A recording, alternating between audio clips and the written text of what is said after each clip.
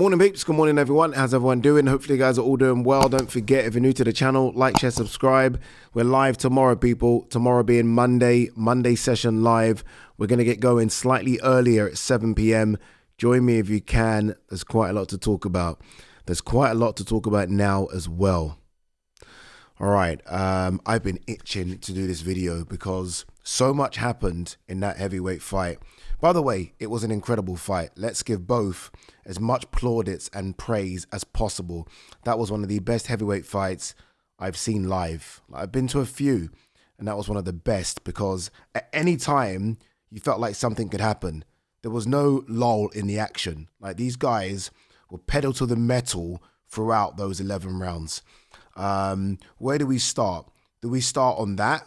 It was one of the best fights. Do we start on what next for Joseph Parker? Do we ask the question, is Fabio really going to get Usyk? But no, we'll park all those subjects for now. The thing we have to start with was that stoppage.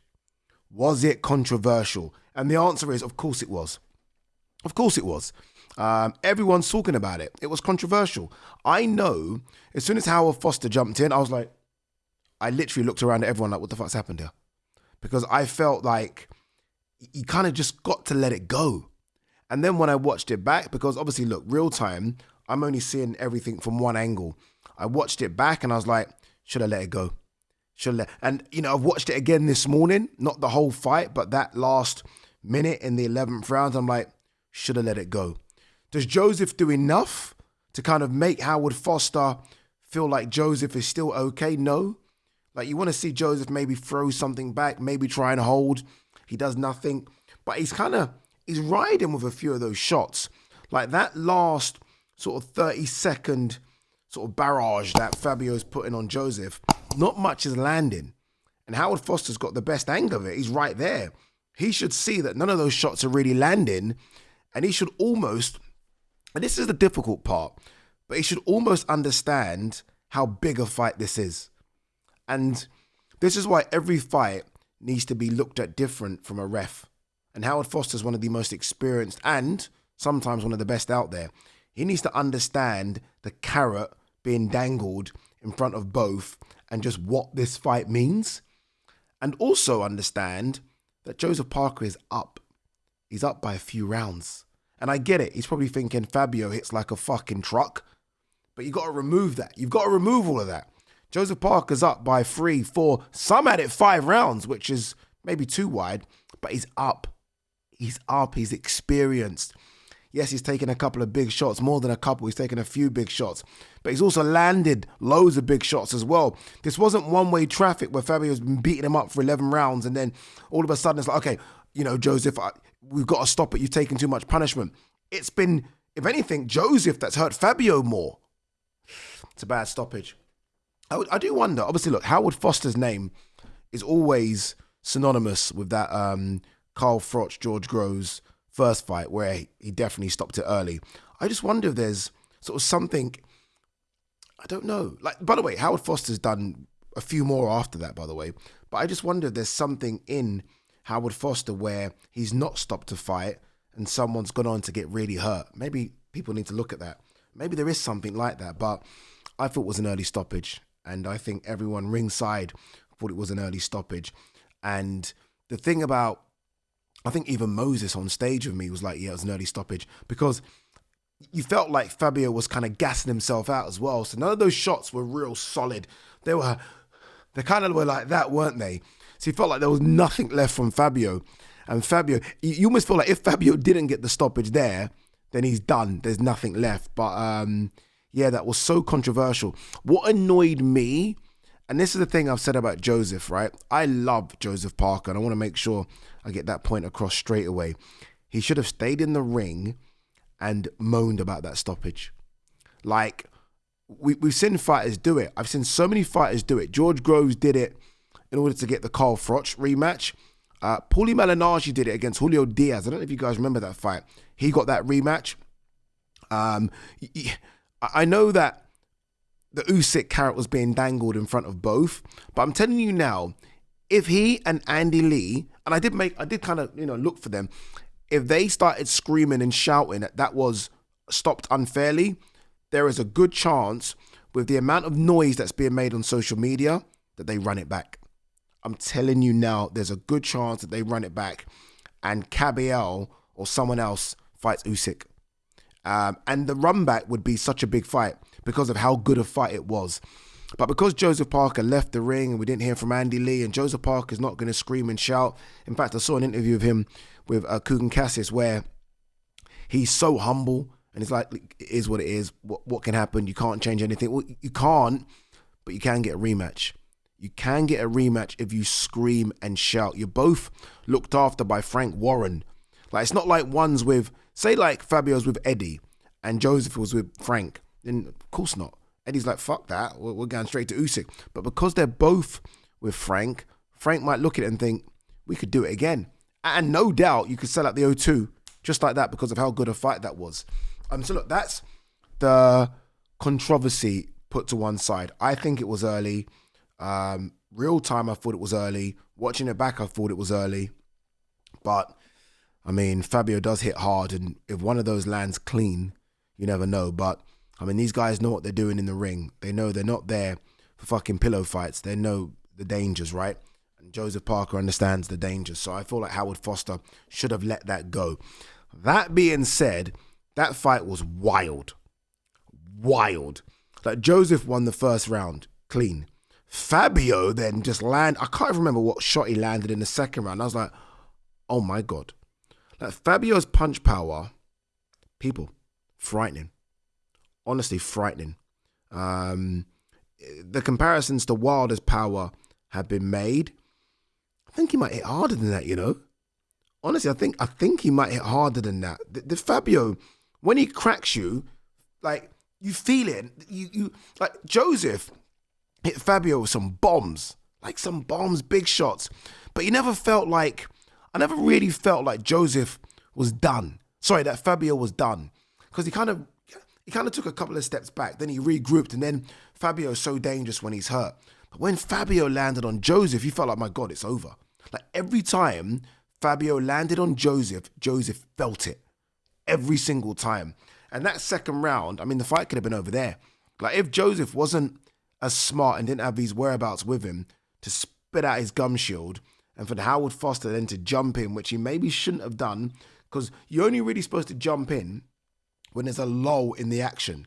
So when a fighter spits out his gum shield, doesn't mean the referee jumps in because he sees the gum shield. The referee should jump in when there's a break. When there's like, okay, these guys over there, he's over there, let me jump in. He stopped Fabio from getting a stoppage there. Fabio, I think, would have gone on to get the stoppage in the second round. And then Andy Lee was smart because Andy Lee took his time to wash the gum shield. And those little 10 or 15 seconds are so important. So Joseph survived the second round, which was clearly a Fabio round. And then Joseph, I think, went on to do a lot of good work in all the rounds leading up to round 11. But there were moments every single round where you're like, okay, Fabio's going to land something big here. Like, Fabio, I don't think there's been a fighter since Wilder that gets me on the edge of the seat. Like, when I'm watching Fabio, I'm like, this motherfucker could do anything at any time. I'm like that. He's still making mistakes. He's falling over his front foot. But this boy is so dangerous. He is so dangerous. Like, he is now, we'll get to the Usyk bit in a bit, but I think he's a live dog against any heavyweight. Any heavyweight knows that unless you put him out, and we'll get to his chin in a minute as well, this motherfucker can knock you out clean. Like, I've never seen a guy hurt and be more dangerous hurt than he is when he's not hurt. Like, when Fabio's hurt, Joseph landed some big shots and put it on him. And Joseph, big boy, 270 pounds he weighed last night. He's coming right at you. But you almost feel like he's going to get chinned when he's coming in. Fabio, he puts that fear into me, like he's going to chin Joseph coming in. And he hurt Joseph on multiple occasions. Joseph hurt him as well. Incredible fight. Honestly, incredible fight. The chins that both of these guys have, and it's not great, right? I mean, for your longevity in the sport, longevity in life, it's not great. But everyone talks about Fabio's punch power. Fabio's resistance, punch resistance, might be more impressive than his punch power. Am I lying? Am I lying? Joseph cracked him. Joseph is an enormous puncher when he puts it into it. When he puts his weight into it, He's an enormous puncher. He cracked Fabio clean, I'm going to say about 40 times. And Fabio just took him. And I was like, so let me understand this. Fabio can punch and he can take punishment? Dude, Fabio's a problem. Fabio is a fucking problem. I was so impressed by his punch resistance. And not only that, his powers of recovery. So you think he's hurt. You think, if you're Joseph, you're thinking, okay, go. If you're Joseph's team, you're thinking, but then he's like, oh my God, he's not hurt. Come back. That's what it felt like.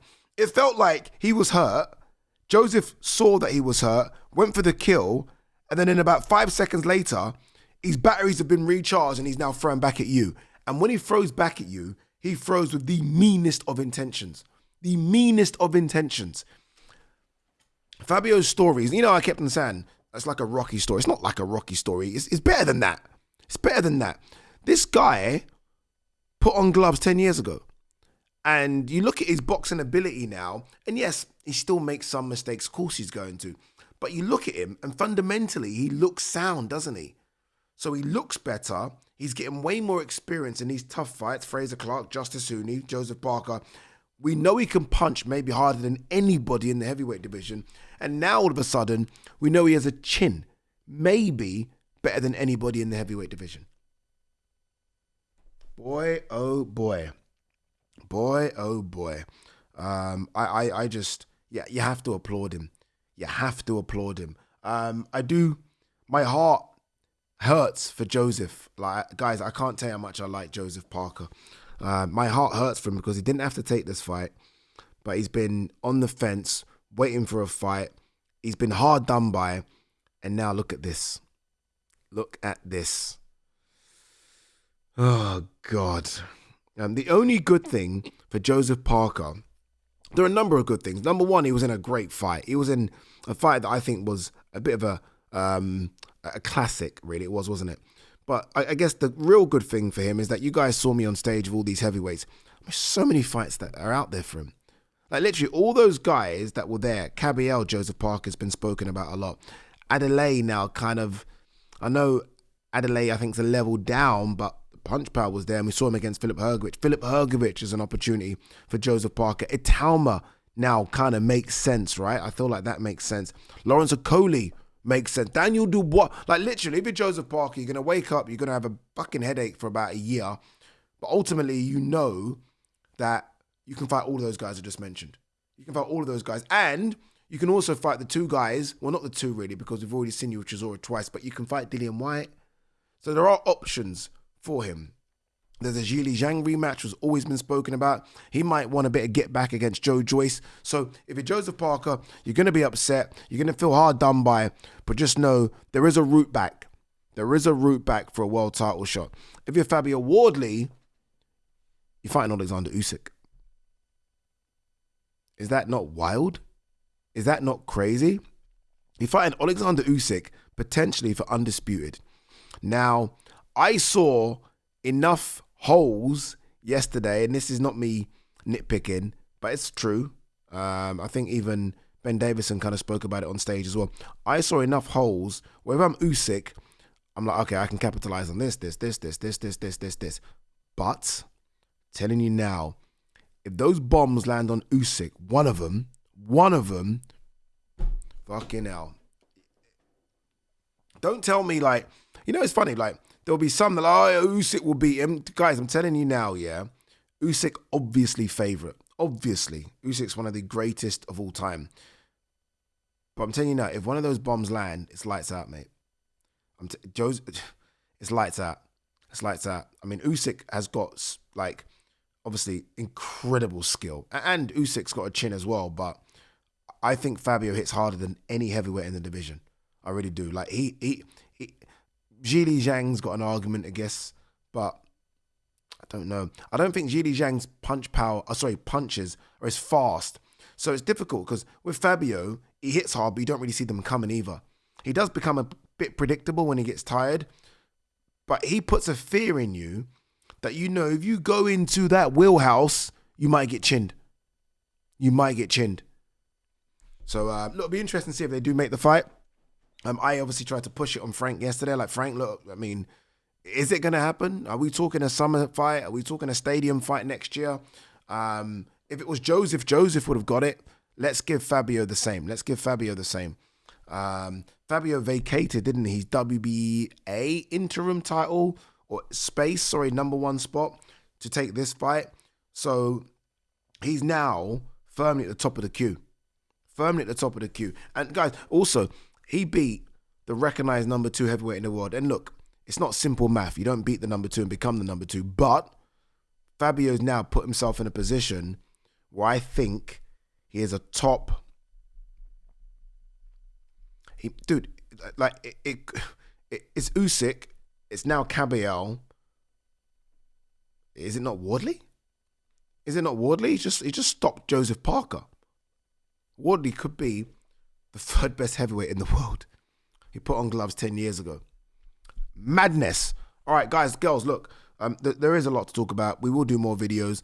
Monday session live. Should be fun. Should be energetic. I'm all over the place in this video. My mind's still a bit fuzzy, but we'll talk more. Peace and love.